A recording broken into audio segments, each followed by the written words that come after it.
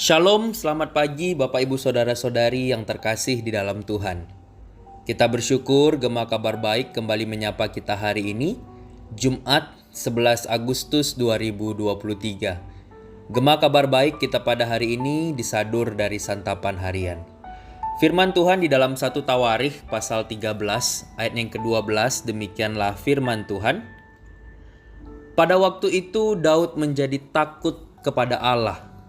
Lalu katanya, bagaimanakah aku dapat membawa tabut Allah itu ke tempatku? Bapak Ibu Saudara, ketika akhirnya Daud berhasil menjadi raja atas seluruh Israel, ia mempunyai niat yang baik untuk memindahkan tabut Allah dari Kiryat Yearim ke Yerusalem. Tabut Allah itu dinaikkan ke atas kereta yang ditarik oleh lembu, yang diantarkan oleh Uza dan Ahio. Tak disangka lembu-lembu itu tergelincir, sehingga Uza memegang tabut Allah supaya tidak terjatuh.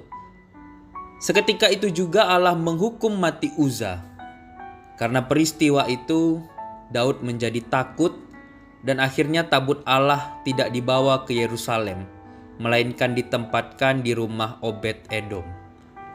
Tabut Allah merupakan sebuah peti yang terbuat dari kayu penaga atau akasia yang dilapisi emas murni di sisi luar dan dalamnya. Tutup tabut yang disebut tutup pendamaian juga terbuat dari emas murni yang terdapat dua kerup di kedua ujungnya. Di dalamnya ditaruh dua loh batu yang ditulisi 10 hukum Allah, juga buli-buli emas berisi mana, dan tongkat Harun. Tabut Allah merupakan simbol kehadiran Allah yang menyertai bangsa Israel. Maka perlakuan mereka terhadap tabut Allah menunjukkan sikap terhadap kekudusan Allah. Allah sudah menetapkan bahwa tabut itu harus diangkat oleh orang Lewi yang sudah menguduskan diri dan tidak boleh didekati atau disentuh. Dari sini kita bisa mengerti bahwa proses pemindahan tabut Allah tidak dilakukan sesuai dengan ketetapan Allah. Dan itulah yang kemudian menimbulkan murka dari Tuhan. Bapak Ibu Saudara, dalam hidup Kristiani kita saat ini tidak ada lagi tabut Allah, karena kehadirannya telah nyata melalui Kristus yang telah menebus dan menguduskan kita.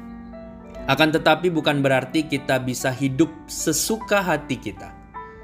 Ingatlah, tubuh kita adalah bait Roh Kudus yang harus dijauhkan dari dosa dan digunakan untuk memuliakan Allah. Bapak Ibu Saudara, kerelaan untuk menaati Tuhan harus dibarengi dengan sikap hormat terhadap kekudusannya. Bangunlah relasi dengan Tuhan dalam kasih, hormat, dan kekudusan. Janganlah kita hidup menurut hawa nafsu dan pengertian kita sendiri. Amin kebenaran firman Tuhan. Mari kita bersatu di dalam doa. Kami bersyukur Tuhan untuk firman-Mu hari ini yang boleh mengingatkan kami lagi bahwa kami adalah umat Allah yang telah dikuduskan oleh Allah yang adalah Allah yang kudus. Tuhan, seringkali kami melanggar kekudusan itu.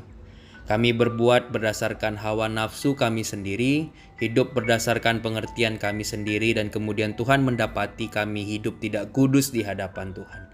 Ampuni kami Tuhan. Melalui firman-Mu hari ini kami sekali lagi diingatkan bahwa kami punya Allah yang kudus, sehingga demikian kami pun juga harus hidup kudus. Tolong kami Tuhan. Seringkali kami masih jatuh dalam berbagai godaan dosa. Bantu kami untuk kemudian boleh lepas dari hal itu dan betul-betul menjaga kekudusan hidup kami. Kami rindu hidup kami boleh terus di dalam tangan Tuhan dan terus Tuhan bentuk semakin hari menjadi anak Tuhan yang taat dan setia.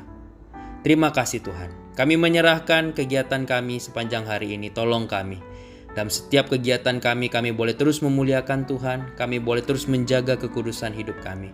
Dan Tuhan pakai kami sekali lagi untuk boleh menjadi berkat bagi orang-orang di sekitar kami. Terima kasih Tuhan, terima kasih untuk firman-Mu.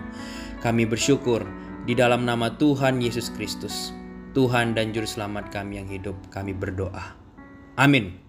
Selamat pagi Bapak Ibu Saudara semua, selamat beraktivitas, tetap jaga kesehatan, selamat menjadi berkat, Tuhan Yesus memberkati kita semua. Shalom.